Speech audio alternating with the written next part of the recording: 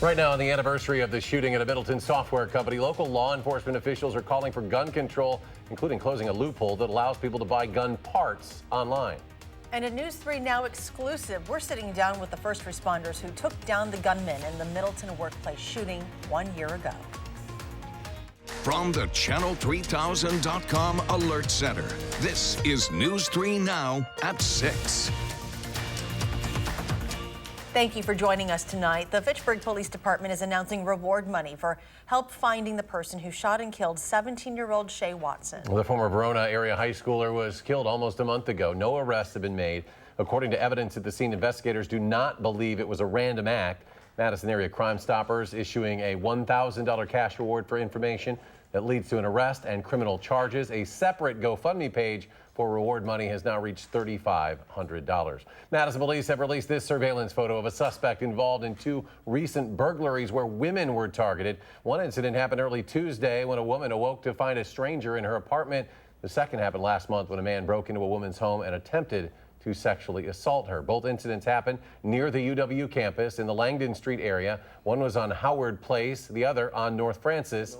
Anyone with information is asked to call Crime Stoppers. Officers are also encouraging people to lock their doors and windows. An update about a West Madison crash yesterday afternoon. Madison police say a McFarland man in his 30s was killed in a 3-car wreck on Mineral Point Road at Commerce Drive near Target. Officials say suspected heroin and prescription pills were found in his vehicle. They believe he ran a red light, colliding with 2 SUVs and injuring 2 people. They've been treated and released. The crash is still under investigation. Flooding concerns persist. Let's get your first alert forecast with Chief Meteorologist Gary Canalti. Gary? Eric, yeah, we continue to watch flooding concerns over southwestern Wisconsin. Rivers are above flood stage, and there's an aerial flood warning in effect until 11:30 p.m. for much of central and southern Grant County, where widespread flooding has closed several roads. Right now, taking a look at the 24-hour precipitation, you can see over southwestern Wisconsin, central and southern Grant County, 2 to 5 inches or more of rain may have fallen into parts of western Lafayette County. But the good news is right now, Doppler track is pretty much free of precipitation. Skies are actually starting to clear out. We've been having some sunshine, allowing temperatures to get up into the middle 70s here in Madison, although it is still as warm as 80 degrees in La Crosse. Dew point temperatures, though, are high, mid-60s to the lower 70s. The humidity levels will stay high through Saturday. Look for just a slight chance of a shower or thunderstorm tonight with some areas of fog by morning. Low temperatures in the middle 60s. Tomorrow will be a partly sunny, warm, and humid day. Again, a slight chance of a shower or thunderstorm, the high at 82. That's your News 3 Now First Alert forecast. Grant County has seen some of the most significant impacts from the rains over the past week. Emergency management says they've seen more than 16 inches there, 6 inches happening just overnight. Jamie Perez is just back from Grant County, where Jamie saw a lot of flooding down there. A lot of flooding. A lot of the roads are flooded, and a lot of the roads are also buckled as well. State Highway 81 was actually shut down for quite a while this morning because people couldn't get through the floodwaters there. Now, here's what I mean. This is what we drove up to this morning. We were trying to get to Lancaster, but we saw this road through Ellenboro that basically split the town in half. Now, you can't even get across this area. This is the situation with a lot of the towns around that area as well. People couldn't get to work. People couldn't get to school. And we actually spoke with some farmers today who say this type of thing has happened more and more recently, and every time it does, it leaves a lot of cleanup for everyone. You can see down here where it's coming across the road, the ripples, that's all going to be washed out, and there's going to be a lot of roads here in Grant County are going to be that way. This is a township road, that's a state road. So township crews, things like that are going to have a lot of cleanup. By the time we left about an hour ago, things were actually already clearing up, but what's left over is still a lot of debris and water damage to that area. Emergency management said in Lancaster, it still looked pretty similar to what you saw in that video just now, but a few cars were stalled on the roads from people who were trying to get through those floodwaters but didn't quite make it. So they're hoping for no more rain to add on top of this. Jamie, thank you. Today marks the 1-year anniversary of the shooting at WTS Paradigm in Middleton. 3 people were shot inside the software company when an employee opened fire. The gunman's concealed carry permit was revoked more than a decade before that shooting, but he got past background check laws by legally purchasing gun parts online and assembling his own weapon. Local law enforcement hope to close that loophole, calling for action at the state and national level to improve safety. Some of the changes they'd like to see are being discussed at the Capitol today as part of a larger conversation surrounding gun violence. Madeline O'Neill has the story. A year after the workplace shooting in Middleton, lawmakers are joining in on the conversation, asking what can be done. Inaction, it costs too much. As state Democrats call for universal background checks and red flag laws that would allow for the seizure of guns from those deemed a threat. State Republicans are pushing for a focus on mental health. I'd rather get at the heart of this and do this right. Legislators aren't the only players in this discussion. All of us as peace officers took an oath that we would protect our communities, and me advocating for common sense gun laws is a good way for me to advocate for the safety of my community. Whether it be implementing red flag laws or closing loopholes like avoiding background checks by building guns yourself. They call that building a ghost gun when you buy parts over the internet. It's a loophole. Middleton Police Chief Chuck Folk and Dane County Sheriff Dave Mahoney want lawmakers to make their jobs easier, especially after the Middleton shooting. Firearms. We as a nation need to say enough's enough and to remove the Second Amendment argument, because it is not a Second Amendment issue. It's about public safety. Well, obviously, as a licensed dealer, we'd rather have everybody come and buy it here, right? You know. As a manager at Deerfield Pistol and Archery Center, Brett Fankhauser has a seat at the table, too. In a sense, he says red flag laws are a weapon of their own. As much as I'd hate to have guns in the hands of wrong people, it's a slippery slope you slide on when you start going out to the public and taking away their rights. He's not sure what could have stopped the Middleton shooting. Somehow you gotta figure out people, and that's not an easy thing to do. Lawmakers are still searching for common ground on how to prevent a future shooting. This is not a liberal or a conservative, a Democrat or a Republican issue. This is a human being issue. This is a human life issue. We got to find ways to come together on how to solve it, because right now we're not there. Any legislation proposed by Democrats would have to clear a Republican-controlled legislature. Reporting in Madison, Madeline O'Neill, News 3 Now.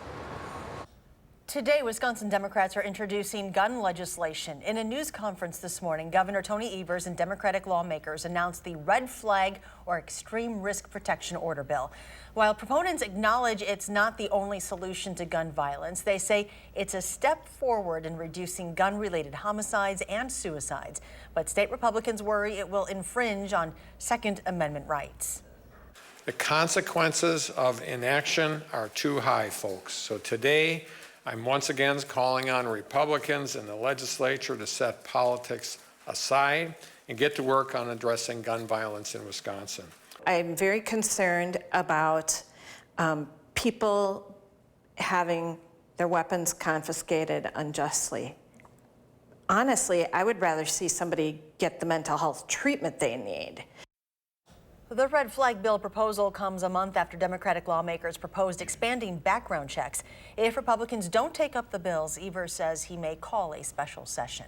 We are hearing from the first responders who confronted the gunman at WTS Paradigm. Well, Susan Simon joins us to tell us how they're moving forward 1 year later. Susan. Eric and Charlotte, they are moving forward, but today has been a very emotional day for many in Middleton on this, the 1 year anniversary of Dane County's first active shooter incident. Anthony Tong was killed by officers just minutes after he entered his workplace. In the 12 months since the shooting, the officers and deputies who responded that day have received national recognition for killing the gunman and preventing an even greater tragedy. But many of them, like the Paradigm employees, are still dealing with the emotional impact. I think to a lot of people it seems like that's something that happens in the big city or far away. But these have become so commonplace, and now they've happened here in the small city of Middleton. So I think that should be a wake-up call to us, that we need to be prepared for it. There were employees that put tourniquets on fellow employees who saved lives, who went back and carried fellow employees out. Those were heroes. A year later, the motive for the shooting remains unknown. Tonight on News 3 Now at 10, we'll share our conversation with 5 members of the law enforcement community about what they experienced 1 year ago today and the lessons they learned from the Paradigm shooting. A lot of heroes involved that day, and their response was textbook. No doubt. We look forward to your story tonight. Thank you. Susan, thanks. At the state capitol, a group of Democratic lawmakers are introducing a bill to give certain patients the option to die peacefully in their sleep. The End of Life Options Act would give mentally capable, terminally ill adults with a prognosis of 6 months or less to live the ability to ingest medication to die if their suffering becomes unbearable. Bill Baum joined lawmakers supporting the bill at the Capitol today. The Wisconsin native was reunited with his high school sweetheart at a high school reunion decades later in California. She was diagnosed with terminal lymphoma and chose to undergo medical aid in dying. This process gave Barbara a sense of autonomy over her dying and helped her reduce her anxiety. Finally, on September 1st, Barbara decided to take the medication with me at her side and her doctor and nurse looking on. She went to sleep on her own bed in her own beautiful bedroom and died peacefully within an hour. Across the country, 9 states and the District of Columbia have authorized medical aid in dying options. Next at 6, after a slight drop in Wisconsin's standardized test scores, the state superintendent tries to clear up what she calls misconceptions about how money and test performance are related. And there's more local news ahead. Businesses across Madison are already looking for seasonal help, while experts say it's an employees market. That's tonight on News 3 Now at 10.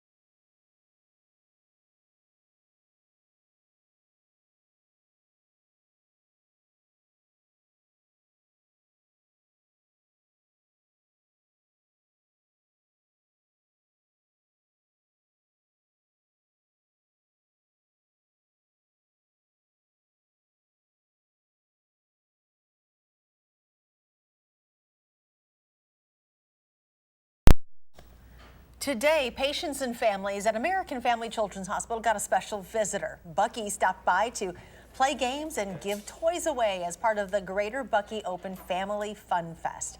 Kids got decked out in their cardinal and white in preparation for the big game against Michigan this weekend. They could also shoot hoops with former UW basketball player Ben Brust and wear a tiara with Miss Teen Wisconsin 2018. State Superintendent Carolyn Stanford Taylor says a nearly $600 million boost in education is a down payment on equity and closing the state's academic achievement gap. In her first State of Education address at the Capitol, Taylor called the gap a crisis. The speech comes a week after standardized test scores showed that less than half of the students in Wisconsin are proficient in both math and English. Democrats say the poor test results showed the need to increase funding for K-12 schools, while Republicans say they showed that the status quo is not working. The misperception that the dollars that have been spent on students equate to just that classroom. It's not that simple. You have to think about everything that goes into a school. You've got your facilities, you've got your lunch program, you've got your pupil services folks, transportation, all of that goes into those dollars. After seeing the recent slight drop in test scores, Assembly Speaker Robin Vos said, quote, with the repeated increases in funding through K through 12 education, taxpayers deserve to know why we're not seeing better results. At the State of Education event today, News 3 Now was recognized as a Friend of Education. The award recognized, who is that there? Yeah. Danica Lewis for her Time for Kids stories, providing resources for parents to talk with their kids about mental health and encouraging young people to be themselves in our #BU campaign. And Charlotte was also recognized for her excellent work in her Top-Notch Teacher series, highlighting teachers who would go above and beyond and make an impact on their students. Great job. Congratulations. Well, thank you. It was really an honor to be recognized. Very deserving. Coming up in sports, the Badgers-Michigan game is just around the corner. Jay Wilson has a preview and a dress code note for anyone who plans to attend. And we have shower and thunderstorm chances on and off through the weekend. Gary will have your first alert forecast next.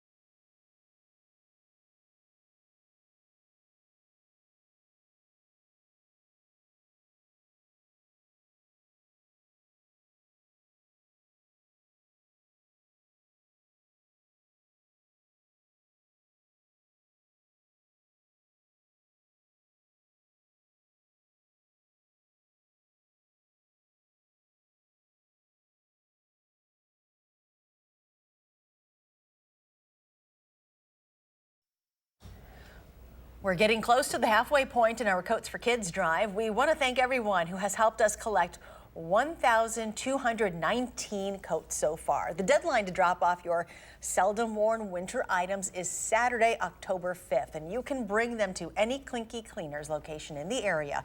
They will clean every donated item for free before they are distributed. Chief Meteorologist Gary Canalti rejoins us to look at his first alert forecast and keep an eye on hopefully no more rain because the flooding's an issue. Yeah, any dry weather we can get is a bonus. And right now, while there's slight chances for showers and thunderstorms over about the next 36 hours, the better chances will hold off until Saturday afternoon. That will give southwestern Wisconsin a chance to dry out a little bit. There's an aerial flood warning in effect for central and southern Grant County until 11:30 p.m. for widespread overland flooding, including some road closures. And then the Kickapoo River and the Pecatonica River are under flood warnings as well for very heavy amounts of rain there. Now, you can see, and I'll actually go back here and zoom in on that area. This is far southwestern Wisconsin. The rainfall estimates just over the last 24 hours, perhaps as much as 5 to 6 inches of rain just south of Lancaster and just northwest of Platteville, and another area of about 4.5 to 5 inches south of Belmont and southwest of Darlington. But general 1 to 3 inch rainfalls over much of southern Wisconsin, and then you get east of Madison, very little rainfall, especially east and southeast of Madison. The airport report didn't pick up any rain, just a couple of tenths of an inch of rain over the western portion of Dane County. But Doppler track right now, you can see the showers have moved out here. A couple have popped up down near the Illinois state line. That'll be the case over about the next day and a half. We'll see a shower or thunderstorm pop up, but most areas will stay dry at any given time. And a more widespread view shows that there's nothing really upstream that would bring us a lot more in the way of rain, at least in the short term. But the longer range computer models, the GFS main computer model that helps forecast the weather for the United States, this is through early Monday morning, calling for about an inch to an inch and a half of rain through southern Wisconsin with some heavier amounts in excess of 2 or 3 inches and heavier thunderstorms. The European computer model, very similar in its numbers, about an inch and a quarter to an inch and a half. Notice lesser amounts up to the north, heavier amounts to the south, and then the shorter term RPM computer model showing perhaps about an inch, and this is through Sunday afternoon. There'll be very little rain after that, but you can see that there is quite a bit of variability in there. Some areas picking up close to 2 inches, others closer to an inch. It's just hard to see exactly where those individual storms will dump the heavy amounts of rain. And then there's a marginal risk of severe thunderstorms west of Madison for Saturday afternoon and Saturday night for gusty winds and hail. Live view from the WISC Skycam showing some clearing there and the sunshine over downtown Madison helping to dry things out a little bit. The almanac for today, our high temperature 74 degrees, the low 67, and right now we're still at 74 degrees. Skies are mostly cloudy, the dew point very high at 66. So for tonight, a slight chance of a shower or thunderstorm, otherwise some patchy fog, cloudy skies, low of 64. Tomorrow, look for a high of 82 with a little more sunshine. And again, just an outside chance of a shower or thunderstorm. And you can see that on future track. Just the scattered nature, most areas at any given time free of rain. Lows mid-60s for tonight. High temperatures around 80 for tomorrow or a little bit above. Then for tomorrow night, partly cloudy skies, a slight chance of a shower or thunderstorm. Lows in the mid-60s.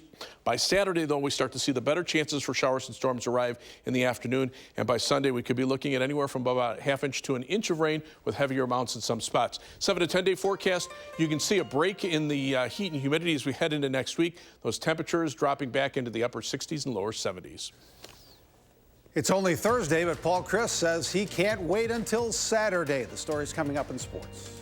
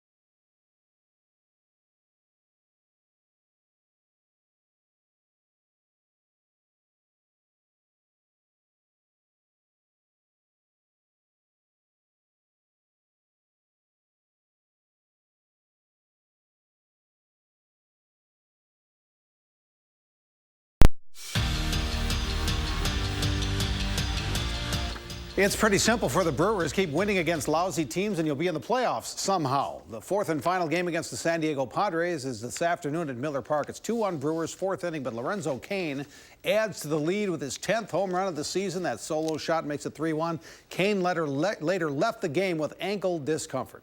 Here's why playing bad teams in September could really help the Brewers' playoff chances. Trent Grisham hits one of the gap. Travis Shaw, who's not the most fleet of foot, chugs into home. Then the Padres compound the issue, throwing it away, and Grisham comes all the way around on what they call a Little League home run. It's actually a double and an error, but you get the idea. It's just gone final. Brewers 5, Padres 1. So right now the Brewers are a half game ahead of the Cubs for the second National League wild card. And the Brewers welcome another sub-500 team, the Pittsburgh Pirates, to Miller Park starting tomorrow night. Cubs and Cardinals are beginning a 4-game series at Wrigley Field tonight. In fact, they've just started that game in Chicago. Only 2 more days before the Badger football team's bye week is officially over. They play the Michigan Wolverines at Camp Randall Saturday morning at 11. Both the Badgers and Wolverines are coming off bye weeks, so they should be well rested, and some of those nagging injuries will have improved for both teams.